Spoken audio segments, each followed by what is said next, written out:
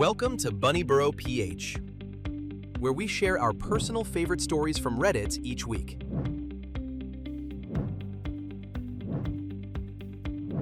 Here's our top 3 Am I the Asshole? Stories from Reddit. Number 3. We've known each other for over 20 years, and realistically, we've been each other's main support system for most of that time. He's the only person I speak to regularly, and I'm the same for him. Let's call him Dave. I recently moved to another city for work, so we don't get to hang out in person anymore. We still call every few days, and despite everything, I genuinely love the guy like a brother. I don't see us ever not being in each other's lives. I struggle with depression and social anxiety too, but I've been putting in the effort to turn things around. Dave, on the other hand, has been going in the opposite direction.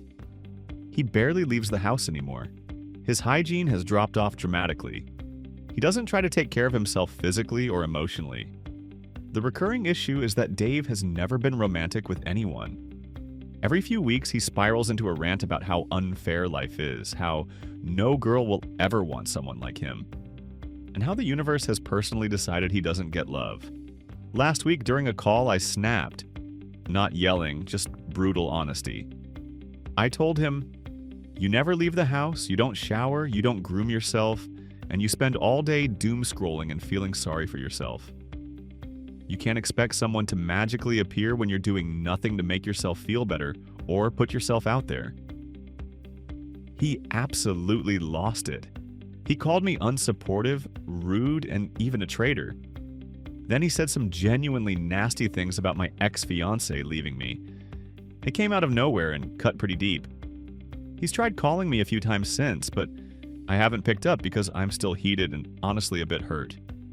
I'm sure we will eventually talk things out, but I'm very nervous about our next conversation. So, am I the asshole for finally giving him the reality check he's refused to hear for years? I gave him a call the day after posting this. He told me that what I said genuinely hurt him, but he also admitted that deep down he knew I was right. For context, Dave comes from a very strict Asian household. He was expected to become a high-earning professional, and while his 2 younger siblings have gone on to build successful careers and start families, Dave burned out in university. He told me that watching his siblings thrive while he struggled has crushed his self-esteem over the years.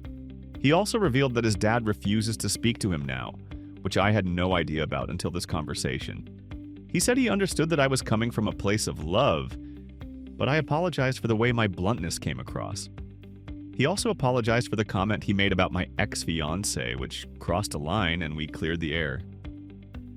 I reassured him that he's always been an incredible friend and a genuinely good person.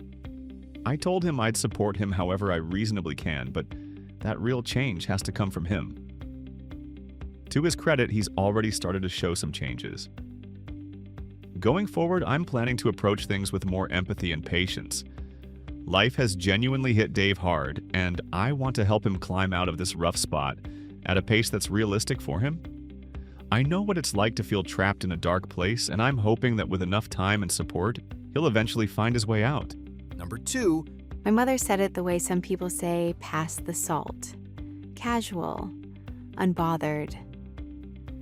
She looked right at my daughter and said, "You know you're the least pretty of all my grandchildren, right? It's okay. Prettiness isn't everything." My daughter was 7 years old. She was sitting at the Thanksgiving table in a dress she had picked out herself, a navy blue one with tiny white stars on it, because she had told me that morning she wanted to look fancy for Grandma. She had her fork in her hand, a little bit of cranberry sauce on her chin, and she was smiling right up until she wasn't. I watched her face change.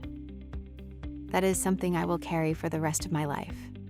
There were 9 people at that table, 4 adults who heard it clearly, 2 cousins who went very quiet. My husband put his hand flat on the table, steadying himself, and me, sitting 3 feet from my mother, who had just told my child that she was the ugly one and then reached for the dinner rolls as if nothing had happened. I said, "What did you just say to her?" not a question.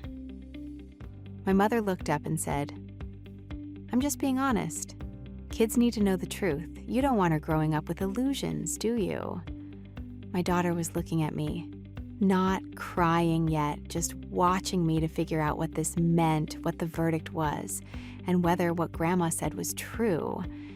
And that look, that specific look of a child waiting for her mother to tell her the world is still safe, is why I cannot and will not ever defend what I did next as an overreaction. I told my daughter to get her coat. She slid off her chair without a word. My mother started talking. Something about how sensitive I was being, how she was just being realistic, how she'd said it nicely. My husband was already up. I picked up my daughter's plate and her little cup with the pink straw she'd asked for, and I brought them to the kitchen. My mother followed me, still talking. I handed my daughter her coat, took her hand, and walked out. My mother called that night. Then my aunt called. Then my brother texted me that I had embarrassed my mother in front of the whole family by leaving, that I had made a scene, that my daughter was going to be fine, and that I was teaching her to be dramatic. I did not respond to any of it. What I did do was spend 45 minutes that night sitting on the edge of my daughter's bed after she asked me very quietly if Grandma was right that she was the least pretty. I told her that Grandma had said something unkind and wrong, and that she was one of the most beautiful people I had ever known, and that the way Grandma measured beauty was broken, and we don't use that ruler in our house. She asked if we were going back for Christmas. I told her we'd see. I knew right then that we weren't. I texted my mother the next morning. I told her I needed a real apology, not a "sorry you were upset," not an "I didn't mean any harm," but an actual acknowledgement that what she said to a 7-year-old child was cruel. I told her that until that happened, we would not be coming over, and she would not be seeing the kids. My mother's response was one sentence. "I'm sorry you took it the wrong way." That was it. That was the apology. I didn't respond. I just stopped bringing the kids over, stopped answering calls about holiday plans. My husband's family has a big gathering every year, and we went there for Christmas instead. My kids had a great time. My daughter wore the same Navy Star dress and got approximately 40 compliments on it from people who understood how to talk to a child. My mother knew through my aunt that we had spent Christmas elsewhere. That is when the crying started. She called my husband, she called my brother, and had him call me. She texted me that she was getting older, that she didn't have many years left with the grandchildren, and that I was punishing her for one honest mistake, and asked if I knew what I was doing to this family. I read that text 3 times. One honest mistake, that is what she called it. Telling a 7-year-old she is the least pretty grandchild at the holiday table in front of the whole family, then defending it, and then offering a non-apology. I wrote back exactly this. When you're ready to apologize to her directly, in person, and actually mean it, I'll bring the kids over. Until then, I hope you understand why I can't. She did not take that well. What happened next is the part my family keeps bringing up as evidence that I went too far. My mother called my daughter's school. She told the front office she was picking her up for an appointment. The school called me to confirm, as they are required to do, and I told them absolutely not, that my mother was not on the approved pickup list and was not to take my daughter anywhere for any reason. They flagged her as unauthorized. She was turned away at the front office. She cried in the parking lot. A teacher saw her and called my aunt, who then called me furious. saying I had humiliated my mother at an elementary school and treated her like a criminal. I updated the school's emergency contact list to remove her entirely. I updated it for both kids. My brother says I am destroying the family. My aunt says my mother is heartbroken. My father, who sat at that Thanksgiving table and said absolutely nothing when his wife told his granddaughter she was the ugly one, called me last week to tell me I was being vindictive. My mother has not apologized, not to me, not to my daughter. She sent a card with $40 in it for my daughter's birthday, and inside she wrote, "I hope you're doing well. Beauty is only skin deep." I am not making that up. I kept the card. My husband read it and laughed. That kind of tired laugh people do when they genuinely cannot believe something is real. We did not use the $40. It is in an envelope in my desk drawer. My daughter hasn't asked about her grandmother in 2 months. I don't know if that means she's forgotten her or if she's found her own answer. Either way, she seems okay. She wore the navy star dress for her school pictures last week and said she's like the night sky. She does. She really does. My mother still hasn't apologized. She told my aunt she's given me space and is waiting for me to come around. Like this is a mood I'm in.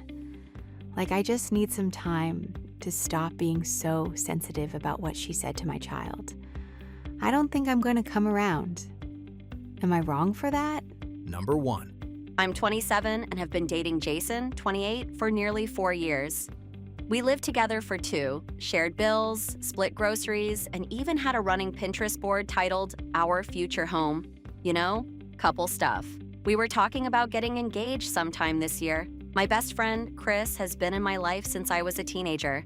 We were thick as thieves. She used to call me her ride or die. She even once said, "If you ever get married, I'll plan the bachelorette trip myself." Oh, honey, if only I knew. Jason and Chris got along really well. Too well, in hindsight. I used to joke about it. Wow, I swear you two hang out more than we do. Ha ha ha ha. So funny, so naive. A few months ago, things started getting weird. Jason suddenly became attached to his phone like it was surgically fused to his hand. Chris started pulling away from me, but was always happy to check in on Jason. They began making plans without me. Oh, we just grabbed a quick bite after work. We ran into each other at the gym. We were just catching up. Catching up on what, exactly? My patience? Jason's siblings, his sister and younger brother, also started acting differently. Cold. Like I was the awkward outsider at a family dinner I used to help plan. I thought maybe I had done something wrong. Then one weekend, Jason said he had to go out of town for a family thing. I helped him pack, kissed him goodbye, and sent him off with snacks and good wishes like a supportive girlfriend.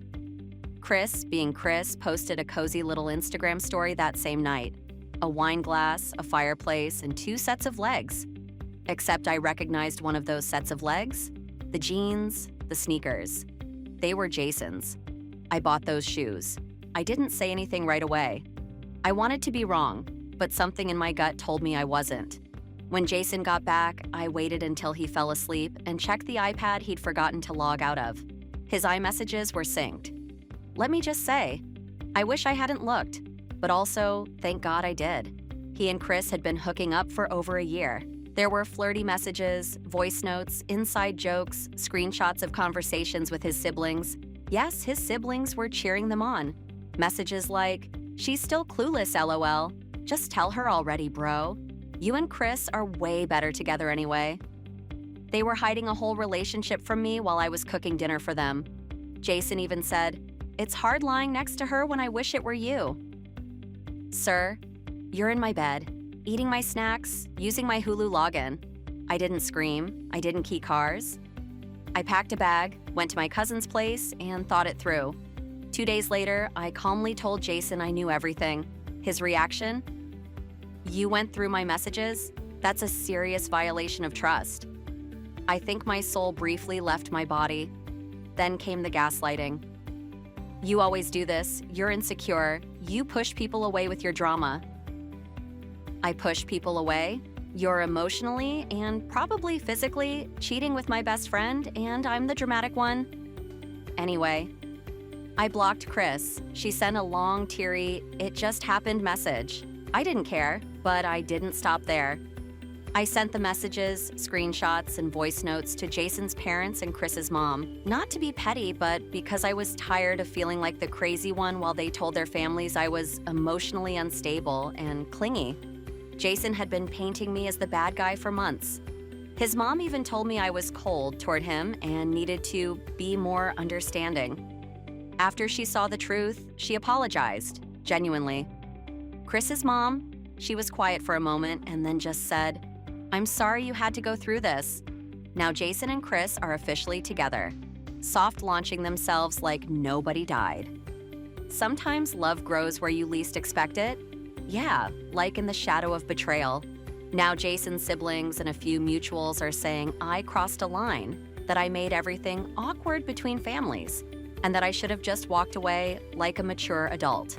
So, am I the asshole for refusing to let them lie about me and exposing them to their families? Or should I have just taken the L quietly while they painted me as the bitter ex? Leave your comment down below. And like and subscribe for more Reddit stories like this.